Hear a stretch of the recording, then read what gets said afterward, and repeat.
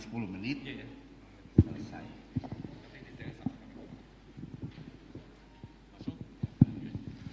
Langsung, Pak Ketua? Ya, Pak Menteri. Izin. Bismillahirrahmanirrahim. Assalamualaikum warahmatullahi wabarakatuh. So, alhamdulillah kita panjatkan kehadirat Allah Ta'ala yang telah memberikan keselamatan dan kesehatan kepada kita hingga pagi hari ini. Yang sama-sama kita hormati, kita muliakan Bapak Menteri, yang kami hormati Pak Ketua Umum Penanggung Jawab SNPMP, para Wakil Ketua dari Sekretariat dan Panitia SNPMP, serta Ibu Bapak dari media. Hari ini akan dilakukan konferensi pers terkait dengan hasil tes SNBT mahasiswa baru tahun 2025. Pertama terima kasih atas kesediaan dari teman-teman untuk hadir dalam undangan kami, dan harapannya ini menjadi bagian terpenting sebagai berita yang ditunggu-tunggu oleh calon mahasiswa yang mengikuti seleksi nasional berdasarkan tes ini. Untuk menyingkat waktu karena keterbatasan waktu Pak Menteri, berikutnya kami persilakan Pak Menteri untuk memberikan arahan. Silakan. Assalamualaikum warahmatullahi wabarakatuh. Selamat pagi yang kami hormati Bapak Profesor Edward Wolok selaku Ketua Umum Tim Penanggung Jawab SNPMB, yang kami hormati Pak Wakil Ketua belum datang, Pak Muryanto, kemudian Prof. Martono Wakil Ketua 2, Pak Nurdin sebagai Wakil Ketua 3, dan Pak Adi Ridho Barakbah Wakil Ketua 4, teman-teman wartawan dan media sekalian. Senang sekali pada hari ini akan dilakukan konferensi pers hasil seleksi nasional berdasarkan tes atau SNBT 2025. Tentu ini adalah momentum yang sangat penting bagi adik-adik sekalian, dan juga lebih dari itu juga bagaimana budaya kompetisi, juga kemudian keinginan untuk bersekolah lebih lanjut yang ada di mahasiswa, di siswa-siswa kita, itu bisa kita bangun dan kita tumbuhkan. Tentu ini adalah sebagian saja dari proses penerimaan mahasiswa di perguruan tinggi. Masih ada juga tentunya mandiri, dan tentu juga perguruan tinggi swasta yang kualitasnya tidak kalah, kualitasnya sama dengan perguruan tinggi yang ada, yang akan diumumkan hari ini. Jadi ini bagian dari momentum, bagian dari proses buat adik-adik kita, siswa yang akan masuk ke perguruan tinggi. Sekali lagi ini adalah bagian dari proses untuk menjemput masa depan bagi adik-adik kita. Tetap bersemangat, dan juga tadi disampaikan kalaupun memang belum rezekinya atau belum berhasil pada kesempatan kali ini, masih banyak lagi jalan-jalan yang lain, masih banyak lagi cara-cara yang lain, sehingga masa depan, cita-cita yang diimpikan, diharapkan itu pada akhirnya bisa digapai juga.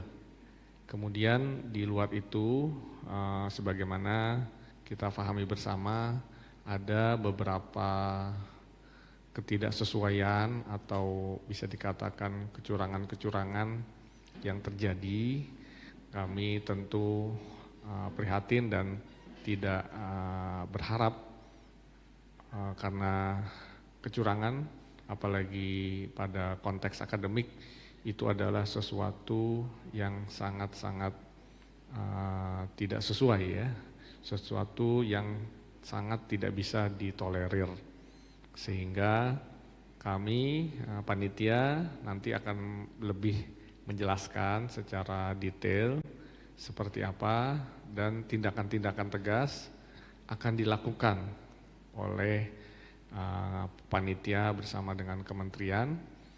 Tentu juga kami berharap berbagai hal yang dilakukan, diantisipasi oleh panitia itu harapannya adalah jangan sampai ini terjadi lagi, dan kami juga menyampaikan kepada siswa-siswa yang di Indonesia yang akan mengikuti SNBT atau program seleksi masuk manapun di Indonesia untuk tahun-tahun berikutnya,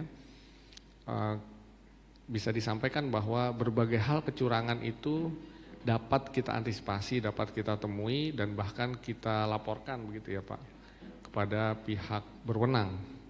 Dan kita juga melihat modus yang semakin terstruktur, modus yang semakin by design, yang kemudian menuntut kita semua, panitia ini akan lebih hati-hati, akan lebih mengantisipasi lebih dini lagi, sehingga kami sangat yakin berbagai kecurangan-kecurangan berikutnya, berbagai upaya-upaya yang tidak sesuai aturan itu akan kita hindari dan akan kita berikan hukuman yang seberat-beratnya sesuai ketentuan, supaya kita ingin menghargai adik-adik kita, anak-anak kita yang memang telah berjuang keras, telah mempersiapkan diri dengan sebaik-baiknya. Kita tidak ingin proses yang tidak fair itu terjadi lagi.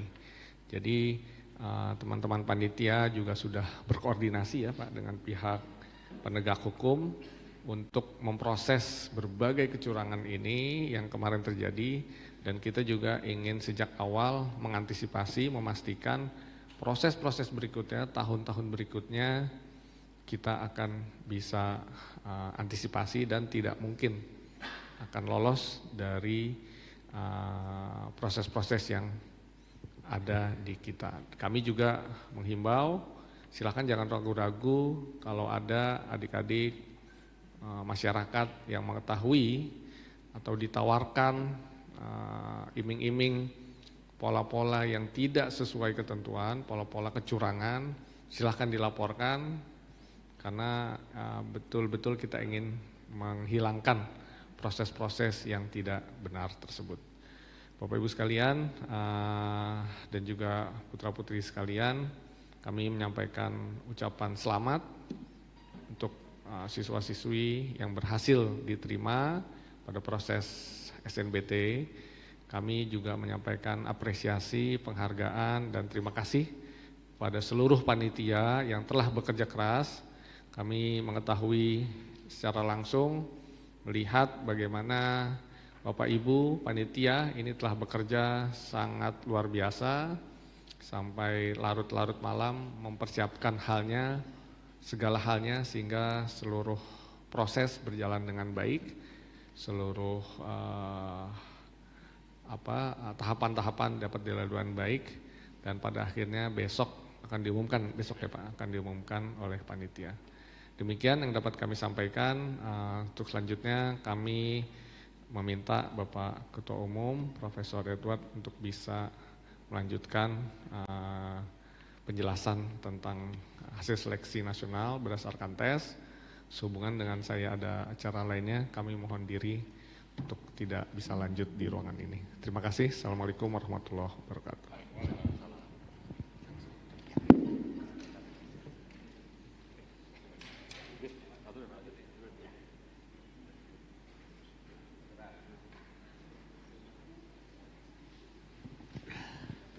Baik, terima kasih untuk Pak Menteri.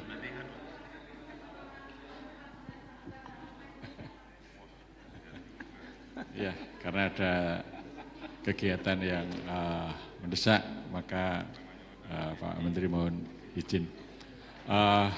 Ibu Pak yang saya hormati, beberapa poin yang disampaikan Pak Menteri. Pertama, terkait dengan skema penerimaan mahasiswa itu tidak hanya SNBT, tapi juga jalur prestasi, dan masih ada satu jalur lagi mandiri yang nanti dilakukan secara otonom oleh perguruan tinggi.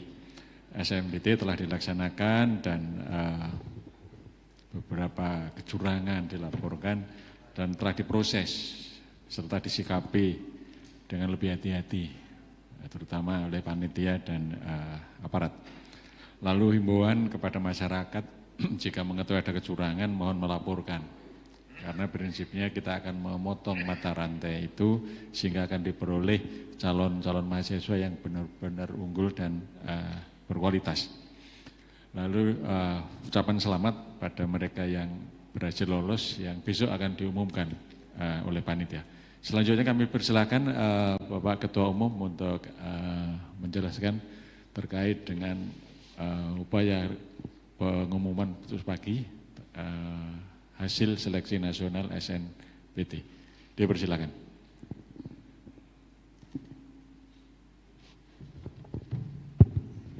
Terima kasih Prof. Martono. Bismillahirrahmanirrahim. Assalamualaikum warahmatullahi wabarakatuh.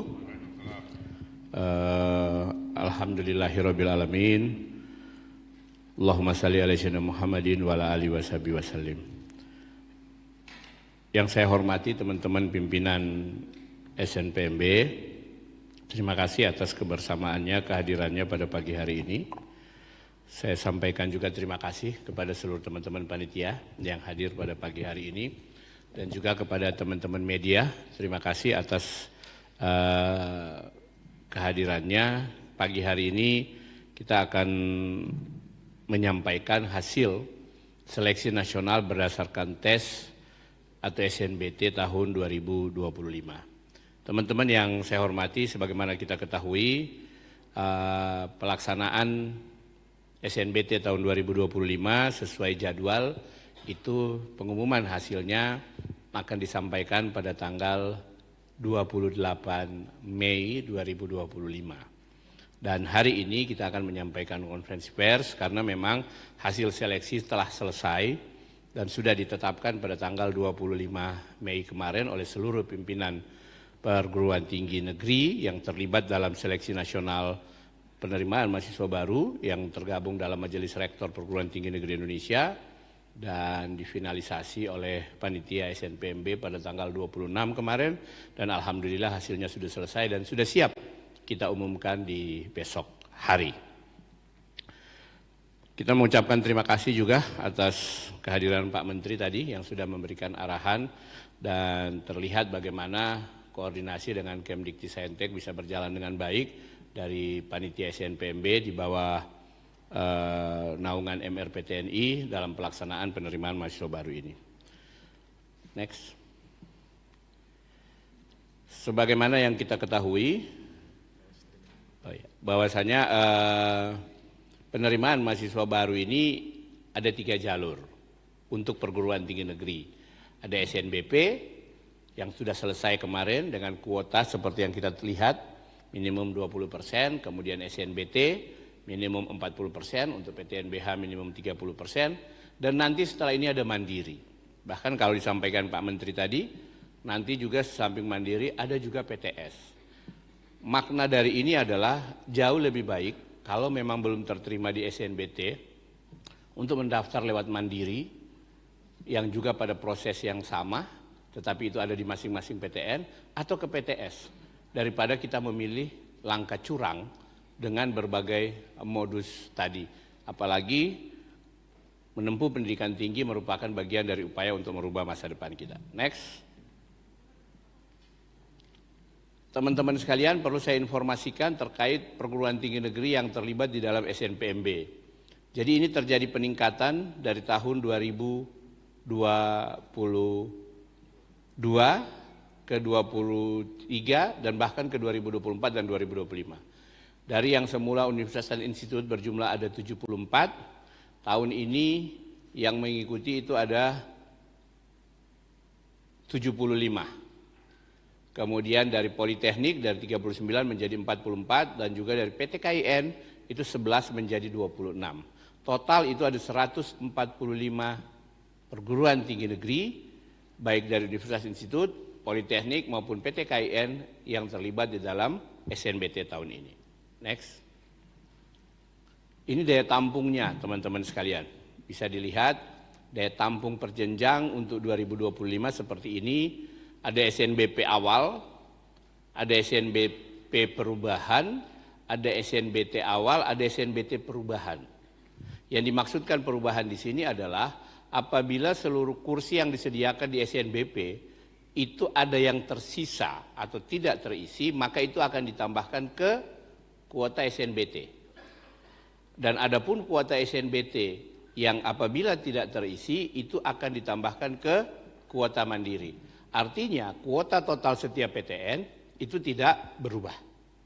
Terlihat di sini bahwasanya SNBP awal 16.150, kemudian SNBT awal 21.000. SNBT perubahan itu menjadi 26.000 misalnya untuk diploma 3. Kenapa? Karena ada 4.000 lebih yang tidak terisi di SNBP dan itu ditambahkan di SNBT. Demikian juga untuk sarjana terapan atau diploma 4 maupun program sarjana.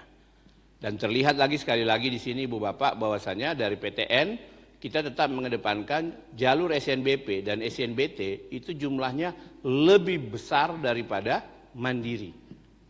Ya. Jadi seleksi secara nasional itu jauh lebih besar jumlahnya daripada kuota mandiri. Next. Ini distribusi pendaftar berdasarkan jenis sekolah. Ada SMA, SMK, MA dan lainnya. Ini untuk PTN akademik, PTN vokasi. Ya. Seperti ini distribusinya. Kita terlihat bahwasannya memang untuk SMA masih sangat mendominasi di PTN akademik. Next. Ini peserta UTBK 2025 berdasarkan tahun kelulusan. Lulusan tahun 2023 berjumlah 25.000, yang hadir 23.000. 2024 130.000, yang hadir 124.000, dan yang lulusan 2025 ini 705.526, yang hadir 682.355. Yang lulus seperti yang ditampilkan.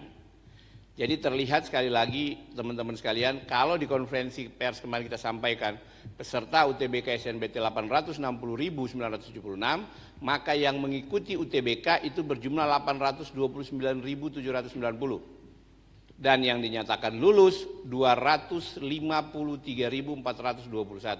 Artinya masih terdapat lebih dari hampir 600.000 yang belum diterima. Ya, ini bisa lihat di sini. Next. Ini hasil seleksi SNBT 2025. Daya tampung total 284.380, pendaftar 869.75, diuraikan menjadi pilihan 1, 2, 3, dan 4. Seperti yang sudah ditampilkan, dengan persentase diterima daya tampung 89,11%. Ya, untuk yang diterima. Kemudian persentase diterima dari peserta itu 29, berarti ada hampir 70%. Atau lebih dari 70% itu tidak diterima. Artinya yang terterima dari jumlah peserta itu hanya hampir 30%, 29,43%. Dari pendaftar KIP kuliah yang berjumlah 253421, ini yang terterima 33,22%. Next. Ini untuk peserta difabel. Jumlah pesertanya seperti ini, jumlah peserta tunanetra 72, disabilitas lainnya 292, dan yang lulus sebanyak 77. Ya. Next. Ini nilai UTBK tahun 2025 berdasarkan jenjang. Jadi ada nilai minimum, nilai rata, dan nilai maksimum. Kalau dilihat di sini kan rata ada di angka 500-an, minimum ada di 200-an, dan maksimum dari 700 hingga 800. Ini perlu kami sampaikan karena banyak muncul pertanyaan terkait passing grade. Kita tidak menyampaikan passing grade, teman-teman sekalian. Kenapa? Karena memang kita menerima kalau ada satu prodi tertentu di perguruan tinggi tertentu dengan kuota 30, maka kita akan menerima yang 30 dengan nilai tertinggi yang memilih prodi itu. Apakah tahun ini dan tahun kemarin, apakah tahun depan nilainya cenderung stabil dan sebagainya, itu kan kita tidak bisa pastikan. Karena sekali lagi menyangkut dengan kemampuan dari yang mengambil prodi tersebut. Next. Ini 20 PTN dengan pendaftar terbanyak. Ya. 20 PTN dengan pendaftar terbanyak. Terlihat Universitas Indonesia berada di angka 111.000, terus hingga Universitas Jenderal Sudirman di 43.000. Next. Ini 20 PTN penerima peserta terbanyak. Universitas Negeri Surabaya ini menerima 8.813, disusul Universitas Hasanuddin 6.188, hingga Universitas 11 Maret 3.565.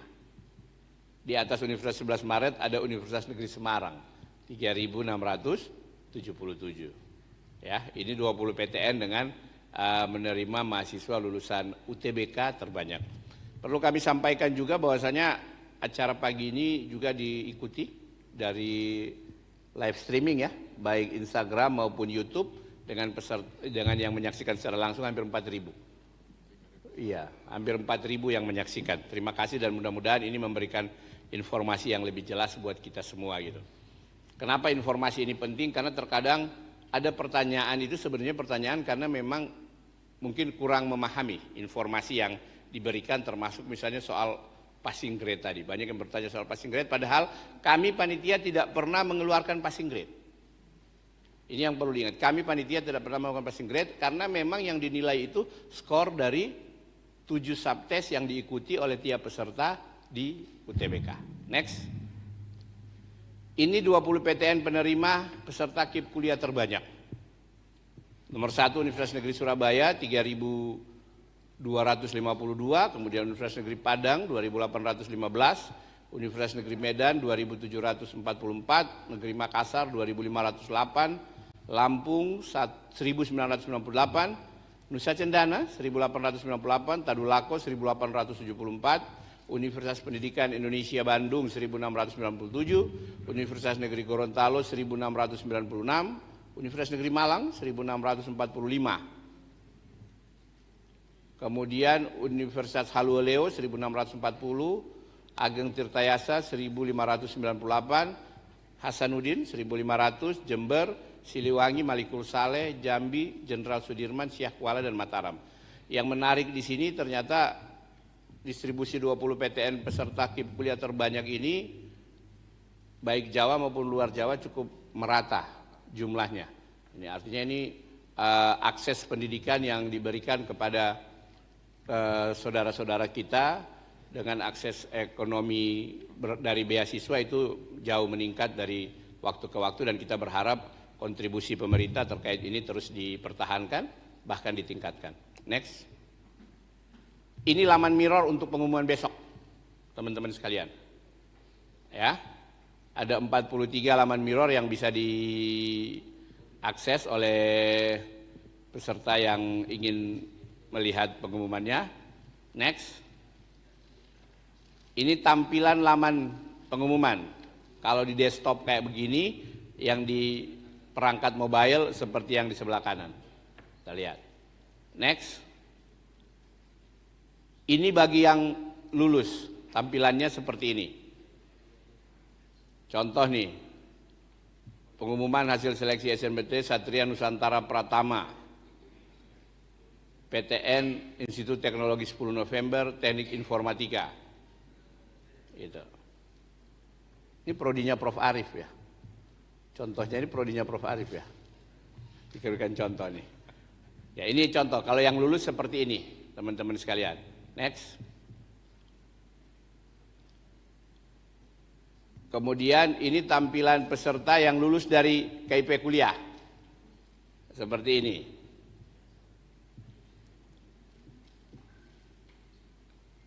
Ya, next. Ini tampilan laman buat peserta bukan tidak lulus, tapi kita berharap untuk jangan putus asa dan tetap semangat. Ya. Jadi tetap kita mintakan dia untuk jangan putus asa dan tetap semangat. Gitu. Karena sekali lagi kuotanya memang terbatas di PTN, makanya memang harus ada yang diterima, ada yang belum terterima. Tetapi sekali lagi masih ada jalur lainnya. Jadi jangan putus asa dan tetap semangat, karena sebagaimana penyampaian Pak Menteri tadi, kita masih punya jalur mandiri dan juga kita masih punya prodi-prodi di PTS yang kualitasnya juga terus membaik dari waktu ke waktu. Next. Oke. Ini perlu juga kami informasikan sedikit ya. Mungkin kan ini ditunggu ya oleh teman-teman ya. Terkait yang disampaikan Pak Menteri tadi terkait dengan kecurangan, Ibu Bapak sekalian. Sebagaimana yang kita sampaikan sebelumnya, bahwasanya model kecurangan itu yang dilakukan adalah satu, berusaha untuk mengambil soal dengan berbagai macam cara. Dari ada yang mencoba untuk menyusupkan bisa masuk dengan membawa kamera, handphone dan sebagainya untuk bisa memfoto tampilan soal, maupun dengan berusaha untuk menggunakan teknologi dengan mengakses komputer yang ada di pusat-pusat UTBK. Yang berikut praktek-praktek joki, ya, baik yang dengan menggantikan peserta di dalam ruang ujian, kemudian juga memberikan jawaban ke peserta dengan menggunakan alat receiver atau transmitter, kemudian juga yang berikut melakukan remote PC peserta dari luar dan mengendalikan sekaligus menjawab ujiannya. Dan ini semua alhamdulillah bisa kita antisipasi karena memang kita sudah melakukan mitigasi sejak sebelum, saat UTBK dan bahkan sesudahnya. Next. Ini analisis tindak lanjut yang kita lakukan, Ibu Bapak. Jadi sebagaimana penjelasan kami sebelumnya terkait dengan mitigasi sebelum ujian, kemudian saat ujian di lokasi UTBK maupun setelah ujian. Ya. Dari data anomali yang kita dapatkan itu terus kita tindak lanjuti menggunakan sarana pengamanan, dan juga yang tidak kalah penting kita melakukan face recognition pada foto peserta dan analisis kesamaan jawaban. Ya, kemudian memberikan sanksi kepada peserta yang melakukan kecurangan, melaporkan ke kepolisian untuk tingkat kecurangan yang terjadi. Bahkan di beberapa pusat UTBK itu sudah ada yang diproses di kepolisian dan bahkan saat ini sudah ditahan. Ya, ini perlu kami informasikan dan memang kita tidak mentolerir sebagaimana yang disampaikan oleh Pak Menteri tadi. Bagi seluruh peserta yang terbukti menggunakan upaya-upaya curang, itu sudah kita diskualifikasi. Bukan yang hanya ditemukan pada saat UTBK, bahkan setelah pelaksanaan UTBK. Karena kami sudah memiliki standar terkait soal yang disusun, penilaian jawabannya, scoringnya, dan terkait sistem yang mana kita bisa menilai.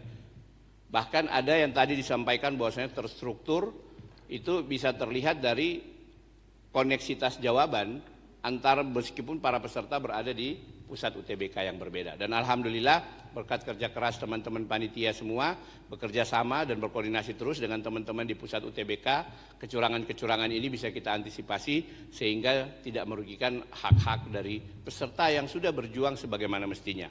Dan kita tidak akan berhenti sampai di sini, Ibu Bapak sekalian. Gitu. Kita terus akan melakukan deteksi kecurangan ini sampai diproses daftar ulang di masing-masing perguruan tinggi negeri yang sudah menyatakan penerimaan. Next. Oke, ini beberapa informasi. Apabila ada yang kurang jelas dan mungkin butuh informasi lebih lanjut akan kita kembangkan pada diskusi nanti. Terima kasih, saya kembalikan ke Prof. Martono. Terima kasih Pak Ketua, saudara-saudara, Ibu Bapak semuanya. Update penonton live streaming sampai jam 9.10 menit. YouTube 8.900, IG 6.600. Ini selalu naik karena mungkin memang benar-benar ditunggu langkah-langkah sebelum pengumuman besok. Baik, barangkali ada yang ingin mau menanyakan tentang hasil seleksi nasional tahun 2020 ini, kami persilakan. Kalau tidak ada cukup jelas, lebih bagus. Monggo, mohon menyampaikan dari media. Terima kasih, saya Inung dari menara62.com. Sebetulnya saya dari mana Mbak? Menara62.com. Ini persoalan yang tadi Pak soal scoring untuk nilai UTBK ya. Saya berpikir kalau untuk ini kan SMK udah masuk ke sistem ini ya Pak ya. SMK apa namanya vokasi itu, sementara vokasi itu kebanyakan anak-anak SMA juga, SMK juga ya. Yang saya pikirkan gini, Kalau SMA penjurusannya udah jelas Pak, gitu. Pelajarannya juga sudah jelas gitu ya. Misalnya dia ngambil bukan jurusan, peminatan ya. Saya peminatan ini udah jelas. Tapi kalau SMK Pak, apakah untuk mata pelajaran SMK ini bisa disamakan scoringnya dengan anak-anak yang lulusan SMA? Karena mata pelajaran mereka itu dari dasarnya udah beda gitu. Makasih. Baik, terima kasih. Ada lagi? Monggo. Assalamualaikum warahmatullahi wabarakatuh. Waalaikumsalam. Perkenalkan saya Sean dari kantor Berita Antara. Ingin menanyakan, barangkali nanti takutnya ada yang menanyakan kenapa di UI tadi pendaftar kan banyak sekali ya. Tapi bahkan UI tidak masuk ke 20 besar penerimaan tadi gitu. Mungkin bisa dijelaskan ini penyebabnya apa dan supaya nanti tidak ada yang salah paham terkait hal itu. Terima kasih. Terima kasih. Baik, sambil menunggu yang lain kalau masih biar diseleksikan Pak. Masih langsung? Monggo. Baik, selamat pagi Pak Edward dan Bapak-Bapak semuanya. Terima kasih atas kesempatannya. Perkenalkan saya Rahma dari Tirto. Pertanyaan pertama saya tadi kan disebutkan bahwa ada pendaftar terbanyak yaitu di UI kan Pak. Lalu penerimanya juga, tapi penerimanya kampus lain. Saya penasaran Pak, mengapa apa yang mendasari gitu ya? Setiap kampus itu memiliki daya tampung yang berbeda-beda. Apa pertimbangan daya tampung atau penerimaan terhadap mahasiswa itu? Lalu yang kedua, di konversi yang sebelumnya itu pernah disinggung kalau misalkan mahasiswa aktif pun yang yang sudah terbukti kecurangan akan ditindaklanjuti. Nah, temuannya untuk saat ini bagaimana tindak lanjutnya? Mungkin 2 pertanyaan itu saja. Terima kasih. Atur nuwun nggih. Jadi cukup? Iya. Ada lagi? 3 dulu ya sementara. Monggo Pak Ketua. Baik, terima kasih Pak Martono. Untuk Mbak Inung dari menara.com, SMA dan SMK. Tes yang disajikan di dalam ujian UTBK itu sebenarnya tidak berbasis mata pelajaran. Karena kita mengetes kemampuan dasar dari peserta. Jadi pemahamannya, penalaran logikanya, yang memang dalam pemahaman dan penalaran itu kan terbagi dalam subtes-subtes, ada penalaran matematik dan sebagainya. Jadi tidak berbasis mata pelajaran. Jadi memang itu bisa terukur secara objektif untuk dengan tes ini Bu. Jadi tidak merugikan peserta dari anak SMK sama sekali tidak. Bahkan itu bisa kita lihat ketika 2 tahun lalu pertama kali tes ini digunakan, saat itu di SMA masih banyak yang berbasis penjurusan. Itu ternyata kan ini analoginya aja terkait SMK SMA tadi. Bahkan ada anak jurusan IPS itu bisa lulus scoringnya untuk masuk ke kedokteran. Yang dulu sebenarnya nggak bisa masuk. Yang paket C pun ada yang lulus. Gitu. Artinya karena memang model soal UTBK ini mengukur kemampuan dasar dari pemahaman dan tes logikanya. Ya, jadi tidak merugikan. Yang berikut ini ada kaitannya nih antara Sean dari Antara dan Rahma dari Tirto terkait pendaftar terbanyak di UI ya, karena memang itu yang mendaftar dan memilih UI. Kalau yang menerima terbanyak kampus lain karena memang daya tampungnya. Jadi UI tidak memberikan daya tampung yang lebih besar dari kampus lain karena memang kebijakan UI mengambil yang tadi. Coba yang slide pertama tadi, Bekti. Ya UI sebagai perguruan tinggi favorit itu memang banyak yang mendaftar. Tapi kalau penerima terbanyak karena ada di sini. Di kuota. Jadi terbanyak tadi itu identik dengan yang kuota. Kalau kuota yang disediakan memang UNESA menyediakan kuota di SNBT itu lebih banyak daripada UI. Sehingga UNESA menjadi perguruan tinggi yang menerima paling banyak. Dan kalau ditanya pertimbangannya apa terkait daya tampung itu banyak hal. Yang pertama memang terkait sarana prasarana, kemudian juga SDM. Jadi setiap kampus perguruan tinggi negeri itu tidak bisa serta-merta langsung menaikkan daya tampung. Misalnya nih, prodi yang ada di ITS dengan daya tampung total 100, kemudian tiba-tiba tahun depan mau dibikin 200, itu tidak mungkin. Karena kita harus menyesuaikan dengan infrastruktur, SDM, agar supaya mutu dan kualitas tetap bisa kita jaga. Karena rasio dosen banding mahasiswa, kemudian ketersediaan sarana belajar, waktu untuk belajarnya itu sangat menentukan. Jadi itu sebenarnya tadi kita hanya menyajikan informasi pendaftar terbanyaknya di sini, penerima terbanyak itu memang kaitannya dengan kuota. Dan kenapa kuota masing-masing perguruan tinggi negeri berbeda, itu kaitannya seperti tadi. Banyak hal yang harus dipertimbangkan untuk bisa naik ke, dan itu memang berbeda setiap PTN. Karena memang proses dari setiap PTN juga kan berbeda. Dan kalau kita lihat sebarannya hari ini terlihat bahwasanya kualitas dari PTN yang ada di Indonesia itu dari waktu ke waktu makin baik dan bahkan makin mengecil gapnya. Tentu ini kabar gembira buat seluruh calon mahasiswa yang ingin melanjutkan proses belajar di pendidikan tinggi. Pertanyaan yang kedua terkait mahasiswa aktif yang terbukti curang. Oke, kemarin kita masih fokus di peserta UTBK, tetapi pada rapat tanggal 25 kami juga sudah menerima informasi terkait dari beberapa teman-teman rektor yang sudah melakukan identifikasi lebih lanjut dan sudah ditemukan.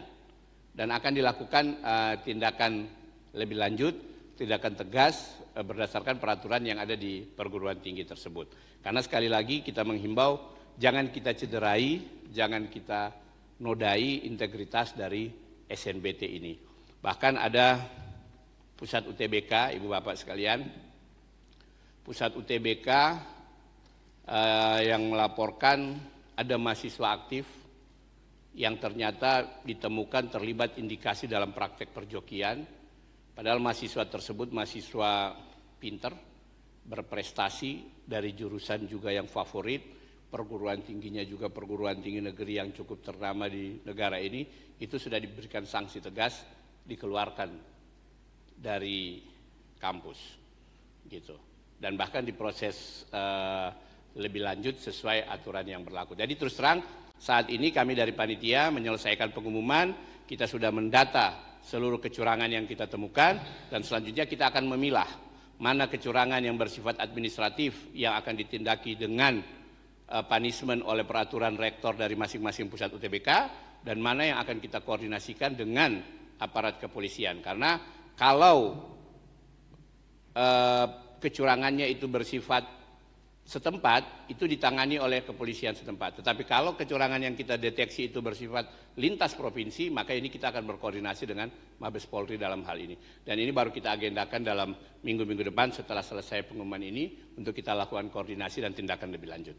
Ya, bisa dipahami ya teman-teman sekalian. Baik, silakan kalau masih ada lagi. Masih ada?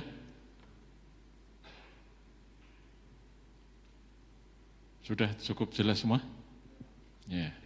Saya kira itu, monggo sebagai penutup Pak Ketua. Baik, jadi terima kasih teman-teman media atas kehadirannya dan kami berharap betul sinergitas di antara kita untuk menyampaikan informasi yang sebaik-baiknya ke masyarakat terkait dengan pelaksanaan SNBT dan atas dukungan dan teman-teman juga informasi yang diberikan itu kita bisa ikut sama-sama mengawal pelaksanaan SNBT ini bisa berjalan dengan baik. Dan sekali lagi kami ucapkan selamat kepada anak-anak kita yang keterima besok di PTN dan bagi yang belum keterima kita ucapkan jangan kecewa, terus berjuang, jangan putus asa dan yang paling penting kami menghimbau kepada seluruh anak-anak bangsa yang akan mengikuti proses seleksi penerimaan mahasiswa baru ke depan untuk menempuh jalan-jalan yang baik, jujur, jauh dari praktek-praktek kecurangan dan bukan hanya kepada anak-anak kita juga kepada orang tua. Karena praktek-praktek layanan kecurangan ini tidak akan memiliki makna dan arti apa-apa apabila tidak ada yang ingin menggunakan. Mari kita kawal bersama agar supaya proses kita mensukseskan anak-anak kita ke depan itu melalui cara-cara yang jujur, berintegritas, termasuk melalui seleksi nasional penerimaan mahasiswa baru yang sama-sama bisa kita jaga akuntabilitas dan integritasnya. Dan terima kasih kepada seluruh panitia atas kerja kerasnya. Insya Allah hasil ini bisa memberikan yang terbaik sebagaimana yang kita harapkan bersama. Amin ya rabbal alamin. Lebih dan kurangnya kami mohon maaf. Wallahul muwaffiq ila aqwamit thoriq wa billahi wal hidayah. Assalamualaikum warahmatullahi wabarakatuh. Waalaikumsalam. Terima kasih Pak Ketua. Sekali lagi kami sampaikan terima kasih kepada rekan-rekan dari media. Terima kasih juga panitia dan kami mohon maaf sekiranya ada yang kurang pas dan kurang berkenan. Terima kasih kami akhiri. Wassalamualaikum warahmatullahi wabarakatuh.